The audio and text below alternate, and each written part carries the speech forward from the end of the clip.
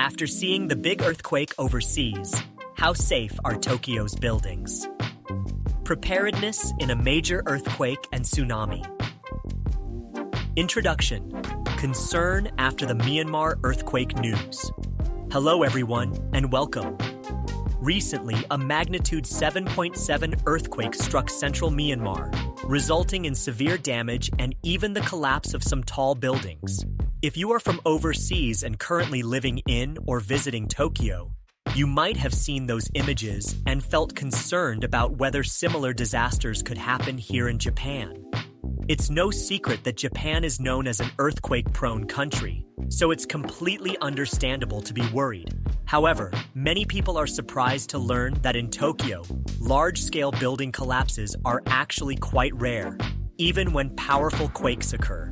This video aims to reassure you by explaining how Tokyo's buildings are constructed to withstand earthquakes, how Japanese people incorporate disaster preparedness into their daily lives, and what immediate steps you should take if a significant earthquake and possible tsunami actually strikes. Why buildings in Tokyo? Rarely collapsed Japan is located on the Pacific Ring of Fire, where multiple tectonic plates meet, making earthquakes a frequent occurrence.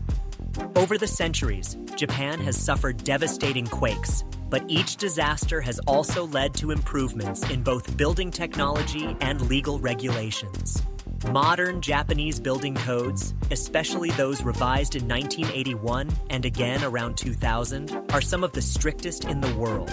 New constructions are required to meet high standards that anticipate tremors of intensity level 6 or 7 on Japan's seismic scale. Traditional structures are also being retrofitted thanks to government incentives that encourage installing stronger beams, reinforced walls, or upgraded foundations. When we talk about quake-resilient engineering in Japan, there are three main approaches.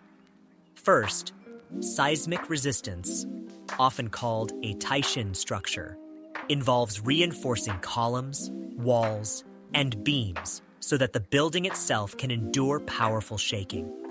Second, vibration control, or seishin, introduces special dampers inside the frame so that violent shaking is absorbed before it impacts the entire building.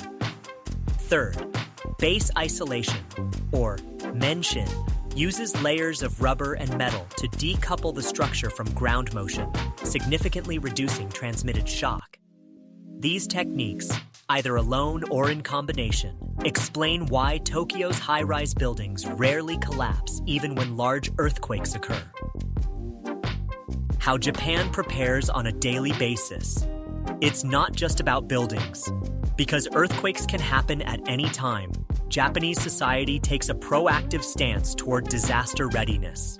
This ongoing culture of preparedness helps people respond calmly and effectively under sudden stress. In many households, you will find a dedicated emergency bag, or go bag. This is typically a backpack that contains essential items such as bottled water, preserved foods like crackers or canned goods, flashlights, a portable battery or power bank, first aid supplies, and copies of important documents. The idea is that if you need to evacuate immediately, you can simply grab this bag and have enough resources to keep you safe and nourished for at least a short period. Additionally, it is common to maintain a stockpile of water and non-perishable food for at least 3 days, and preferably up to a week. Many people use the rolling stock approach, where they regularly consume and replace items so that the emergency supply remains fresh. Schools and workplaces in Japan also hold annual or semi-annual drills, ensuring that if an actual earthquake strikes, people know exactly what to do, from taking cover under desks to evacuating in an orderly fashion when the shaking stops. What to do if an earthquake actually hits? When a major earthquake strikes, your immediate reactions matter. A good principle to remember is drop, cover, and hold on, which translates into lowering your body, protecting your head, and remaining under a sturdy table or desk until the strong shaking subsides. Large furniture or objects may topple over, and items could fall from high shelves or walls. so protecting your head and neck is crucial. If you rush outside during violent shaking, there is a risk of being struck by falling signs, windows, or debris. In Japan, many people rely on the earthquake early warning system. A distinctive alarm may sound on televisions and smartphones a few seconds to tens of seconds before a big quake's strongest tremors arrive. If you hear this alarm, quickly look for a secure spot, cover your head, and remain aware of your surroundings. While it might only provide a brief warning, these precious moments can reduce injury by allowing you to brace yourself or move away from large windows. If you are outdoors, stay alert for hazards such as glass, concrete, or vending machines that could topple or break. Ideally, move away from buildings if you can do so quickly and safely, and use a bag or jacket to shield your head from potential falling objects. If you are in a train or subway, it will likely make an emergency stop. Stay calm, hold onto rails or straps, and wait for announcements from the conductor or station staff, rather than trying to pry doors open. One important point to consider, especially if you are near the ocean or by rivers, is the risk of a tsunami following a large offshore earthquake. Although central Tokyo is somewhat shielded by the bay and protective infrastructure, there are low-lying coastal areas where tsunami waves could pose a threat in a very large quake. Local authorities will issue tsunami advisories or warnings, often in multiple languages, especially for well-known tourist locations. If a tsunami alert is broadcast, do not stay near the water. Move immediately to higher ground or to a taller reinforced building. Even a modest-sized wave can have severe force, so follow official instructions and evacuate quickly if the warning is serious. After the quake, staying safe and informed. Once the shaking subsides, remember that aftershocks may continue for hours, days, or even weeks. Remain vigilant about your immediate environment. Check if water, gas, and electricity are functioning correctly, and watch for any signs of fire.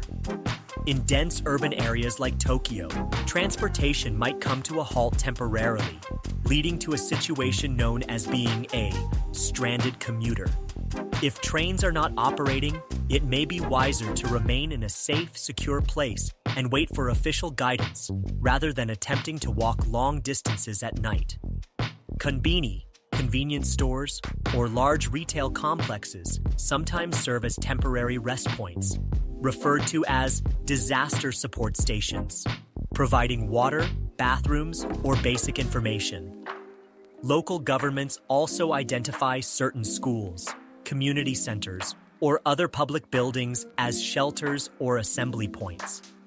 Keeping a charged phone or spare battery can help you stay informed through apps such as safety tips provided by the Japan Tourism Agency, which sends push notifications in multiple languages about earthquakes, tsunamis, and other emergencies. Be sure to verify any social media rumors via official sources like NHK World or local government websites before relying on them. In large-scale disasters, false information can spread quickly. Relying on official announcements or trusted multilingual channels, such as embassies, city office websites, or recognized news outlets, will help you make the safest decisions. Conclusion: building confidence through preparedness. All things considered, living with the threat of earthquakes is a reality in Japan, but there is a remarkable level of preparedness woven into everyday life. The strict building codes and advanced engineering, featuring seismic resistance, vibration control, and base isolation, mean that dramatic collapses are far less likely than you might fear. Communities also prioritize preparing emergency kits, stockpiling supplies, and practicing drills so that people can respond promptly and effectively if the ground starts to shake. If you ever find yourself worrying about whether you could handle a large quake, remember that knowledge and a few basic preparations can go a long way. Ensuring you have a small store of food and water, keeping an emergency bag near the door, and installing multilingual disaster apps on your phone are all small steps that bring peace of mind. Above all, staying calm in the face of sudden tremors, Protecting yourself first and following official instructions, especially regarding potential tsunamis near coastal areas, will significantly increase your safety. Thank you for watching.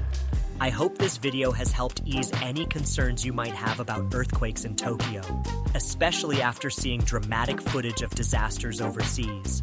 If you found this information useful, please consider liking this video and subscribing to the channel for more content on staying safe and enjoying life in Japan. Take care, stay prepared, and see you in the next video.